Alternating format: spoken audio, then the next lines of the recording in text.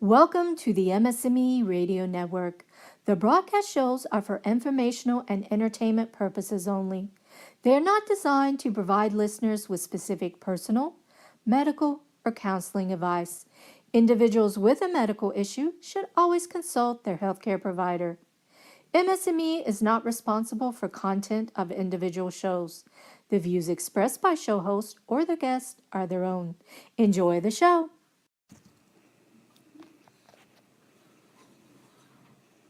Hi, I want to welcome everyone to the MS&Me Radio Network, where we are available 24/7 around the globe for us to plug into new stories and information about multiple sclerosis.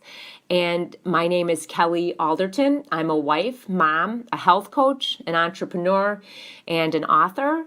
My book, Waking Up from MS, My Journey to Health, Healing, and Living Symptom-Free is available on Amazon, and it details my almost 30-year journey living with and beating MS naturally, so you can check that out.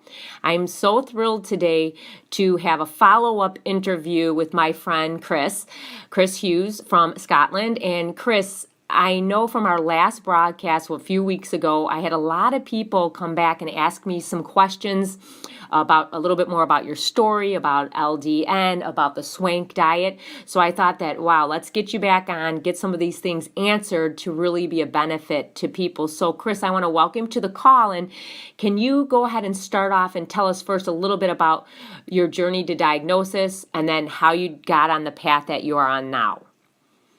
Okay, hi, glad to be here again. I actually realized this week, I think it's exactly 21 years since I got my diagnosis. Wow. Prior to that, I'd had a few eye problems, but optic neuritis being one. And then I'd started 18 months later with sensory pins and needles and numbness from my feet up in a matter of days to my trunk. And that led my then GP to send me for MRI, etc. And what led to my then diagnosis of benign, I think. It wasn't, that word wasn't used, but I was pretty good afterwards, so I'm assuming that's what it was. Just to add, I had a period of, I was then undiagnosed several years later and re-diagnosed. And I put that down to, one, looking after myself, two, very old-fashioned views of MS by the medical world, and then the re-diagnosis down to a lot of stress. So there we go. Chris, and we know you had talked a lot about the stress aspect and your condition, and, like other people in relationships, they don't always go well. Some toxic relationships really have a toxic effect on our bodies, whether that's with a boyfriend, a girlfriend, a husband or wife, or even some family members. So Can you talk a little bit about how you dealt with that stress so it didn't affect your MS, or you made some decisions because of those relationships to be mindful of yourself as far as, getting out or staying in? Can you talk a little bit about that? Yes. I'd not long ended a very long-term relationship when I was actually first diagnosed. And I do believe the stress of the split just weeks after I'd left a post of 7 years and taken on a really exciting job, but a very, very high-powered, stressful one. I think that had an impact on me. He actually, my ex was incredibly supportive when I got the diagnosis. He was amazing. And we've stayed friends ever since. Shame it couldn't have worked out better as a couple. The next long-term relationship I had, I thought he was supportive. He was to a degree. He was there when I was undiagnosed. And up until that point, I'd been working but looking at trying to be self-employed too, and doing something entrepreneurial. So stressful times, but okay, not bad. But when I was undiagnosed, I think he began to think I was lazy, and think he started to quietly begrudge my part-time basis, etc., and him as the main breadwinner, etc. So I think, and we didn't have children, so I kind of didn't have an excuse in his eyes. Wind the clock on, when the relationship was failing, not just for those reasons, for lots of reasons, as relationships do, I think it dragged on because I didn't have the strength, literally, mentally or physically, to confront it. Sure. Whereas I would have done in the past, but I think because I was very dependent, not something I ever thought I would be. And then he kind of kept just saying, "Oh, it's fine, it'll sort out." But eventually I confronted him, and we split very quickly after that. Again, stressful time, which was hard. But in a way, all of that did me a big favour, because now I've learned to live on my own. I have a great relationship now. We just don't live together at the moment. I've also looked at other relationships. As you said, it's not just that relationship with a partner. I've looked at other relationships with a much more clear view. I'm a very kind and generous person, I'm told, and I like to give people a second chance. But I'm a little more down to earth about it now.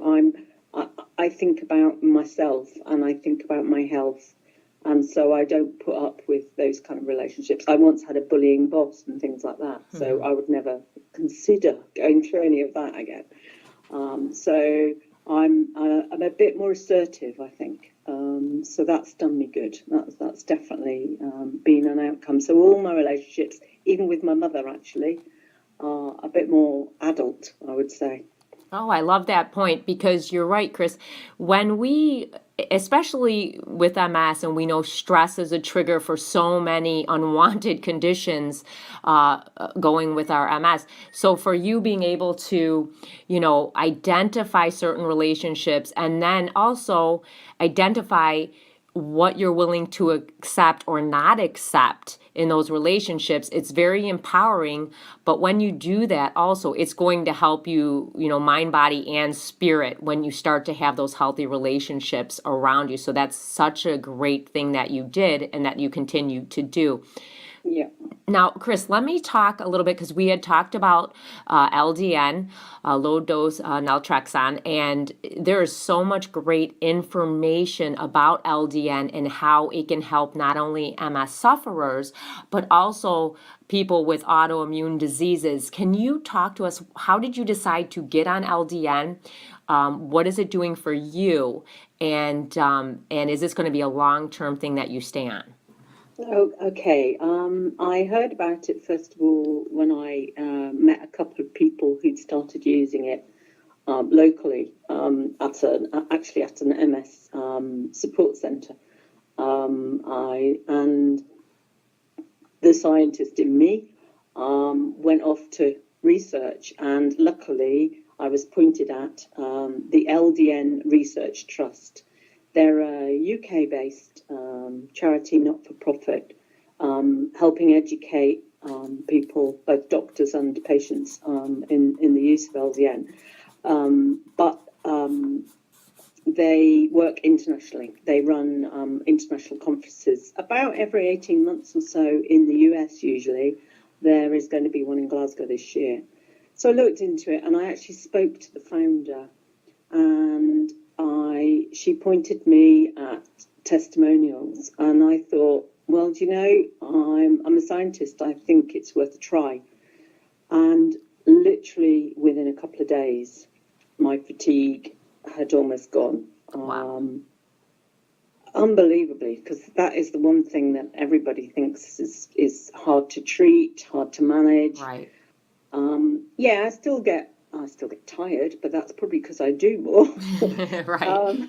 Yeah, but what I don't get anymore, this is 9 years now, again, almost exactly 9 years, and I intend to stay on it, because at the moment it treats, it doesn't cure, therefore you do keep keep on it. And I believe that's the same for all other conditions. It's used for hundreds of other conditions, mostly autoimmune. But I know it's used for things like fertility. It's being used in certain post-cancer kind of preventative things like that. And it is a very, what I would call a gentle drug. LDN stands for low dose, so it was originally developed in very high doses compared to what we use for low dose for other things, and it is a tiny dose for that and for this now, and therefore, if you do get side effects, they're minimal and they don't last very long. Very few people can't take it. It seems to work for over 80% of people that try it, and it doesn't give them problems. I know one friend, online friend, who just had long-term insomnia problems and couldn't cope with it. She's actually going to try again, she's decided. But I had insomnia for a few days and weird dreams, just really weird dreams, but nothing else. Some people get a bit of an increase on symptoms if they up the dose a bit, but again, they don't last. I don't think there are examples of people with long-term issues at all, which is amazing for any drug. Amazing. Right. In fact, Chris, I was researching on this because I knew we were going to be talking about LDN, and when I went to PubMed and was just researching the medical information and studies, and it's interesting. Even holistic doctors are backing LDN because there are no side effects, literally, compared to what people are dealing with their MS. But what they're finding is 90% improvement in certain MS symptoms, from spasticity, fatigue. Like you said, it helped with your fatigue, which we know chronic fatigue goes hand in hand with MS. Also significantly helping people with bladder issues, which of course that is something that is prominent as well in the MS community. That one that I've heard huge amounts with, Great improvement. Exactly.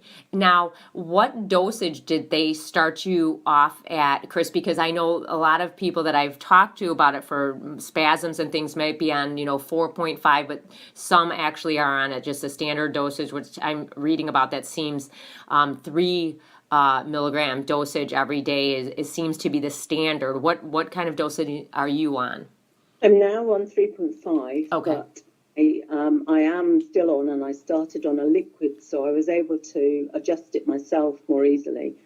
There seem to be more people starting on ultra low doses, but I think that's because so many people have had so many bad effects from other medications. Sure. I started, I think, on either 0.5 or 1. I can't remember. But I quite quickly moved up, but when I tried to go up from 3.5, I didn't feel good. And I've tried that 2, maybe 3 times over the years. I've gone down a little just to see if there's anything, because sometimes people go too high, and if you go down a little, you actually find the sweet spot, as we like to call it. But 3.5 is my sweet spot. Okay. And in fact, just recently, I tried going down to 3 because I'd been reading that some people found that, although I don't have severe bladder issues at all, some people found that they weren't needing to get up to use the bathroom at night on a slightly lower dose. So I tried it for a while. It didn't seem to make much difference. So I'm back to 3.5. Okay. But what I did actually stop it once, not through choice. There's a small charge for it here if you go privately, which in the UK I've needed to do. And I just at the time decided that other things were more important, stopped it, and I ended up on 4 different medications for pain, for anxiety, for various other things. And that cost the NHS an awful lot more than the small amount I was paying, but I'm still paying privately, which is an interesting point. But so I know it's working because at that time I was hit with all back again. Yeah. And that's interesting. And now you hear us talking about LDN and dosages, and we're not giving you any kind of medical advice. We're, just sharing what is working for Chris. So I highly recommend, if you're interested in learning about the LDN, talk to your doctor, go see a holistic doctor, a functional medical doctor. They will be well aware of LDN and its benefits, and then they can work with you to get, just like Chris was saying, that sweet spot, the right dosing for you to help with whatever kind of symptoms you're having at that time. Can I just say, Please. though, Kelly, that in the UK, certainly, and I think other parts of Europe, there are very few doctors who are knowledgeable or keen to learn. That's where the LDN Research Trust comes in, but they do have medical advisors, and you can only get it on prescription. They only promote that you use, they would never promote anything else. I have heard of stories buying it not on prescription, and it wasn't good. It wasn't the real thing. Sure.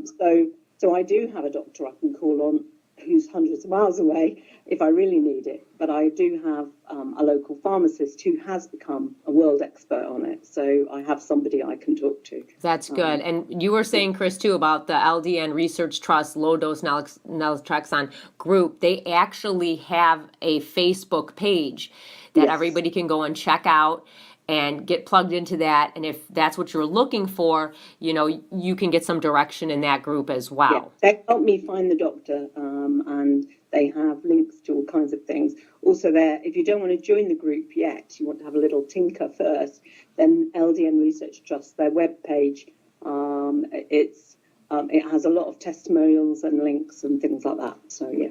Perfect. Now, Chris, let's talk about another very important thing that you added to your healthy lifestyle with MS, and that is the Swank Diet. And can you tell everybody, we have a lot of different diets out there that people are hearing about, or, kind of who gets more press than the other. But can you tell us about the Swank Diet, why you decided to go with that, and then as we go along here, the benefits that you're noticing from it? Okay, we talked about this last time, not just a diet, but a lifestyle or a protocol. It's been around almost 70 years. Is it this year or next year? It will be 70 years since Dr. Swank first started it. Started with some research by Dr. Roy Swank, and he worked in Canada and in the States. And there are three prongs to it. I suppose what an important thing is, too, is that he, during a time when it wasn't really known any clue of what might cause MS, and I'd say we're still there, he took the alternative approach to others, which had been discussed, which was it might be partly vascular. And because of this, he looked at fats in blood, and that's where the diet part of the lifestyle comes from. It's very low saturated fats daily, certain things completely forbidden, and they are chocolate, unfortunately. But you get used to it, and you can have chocolate flavoured things. There's more detail on that on the Swank lifestyle. But for the first year, you have no red meats. And this is to kind of reset your body. And I think that's why some people are put off. But to me, I didn't eat meat anyway, so that bit was easy for me. But I did eat a lot of cheese and chocolate, so those bits were not so easy. So it's very low fat. You can have zero fat cheese, you can have zero fat milk, you can have zero fat yogurt. He made the diet so that it was flexible and would fit in with families. In fact, the book itself has hundreds and hundreds of recipes in that are quite normal family dishes that have been adapted. Now, this book was last updated 20 years ago. So things have moved on, and we actually, the group I'm part of, have a huge Pinterest page of loads and loads of recipes too, and we're always adapting recipes. But very importantly, the other three prongs, reducing stress. We talked about stress. Reducing stress is vital. Everyone says, oh, how can you do that, particularly if you've got a job or you've got young children? But we all know, really, that stress is how we deal with things and not what comes at us. We all have stress in life, good and bad, and so it's how you deal with it. Right. The other thing is daily rest, lying horizontally, and this is where the vascular thing comes in. So I have just got up from my afternoon nap, And my way of distressing at the moment is there's a lot of flu viruses out there. Scotland's really suffering, and I'm just keeping away from almost everybody so I don't get ill. And I'm enjoying decluttering my apartment and knitting and talking to my cat and looking at new recipes. That's how I'm distressing. And that's important. You're being mindful of everything that's going on, and you're doing the Swank Diet. And for people that want to learn more about the Swank Diet, you can go on Facebook, and there's a great group called the Swank MS Diet and Lifestyle. And it is a lifestyle, guys. It's not, I hate when we say diet, people are thinking negatively about it instead of saying, this is my healthy life. Because that's what we have to do. And I talk about this a lot. I believe we can heal our bodies from almost any condition.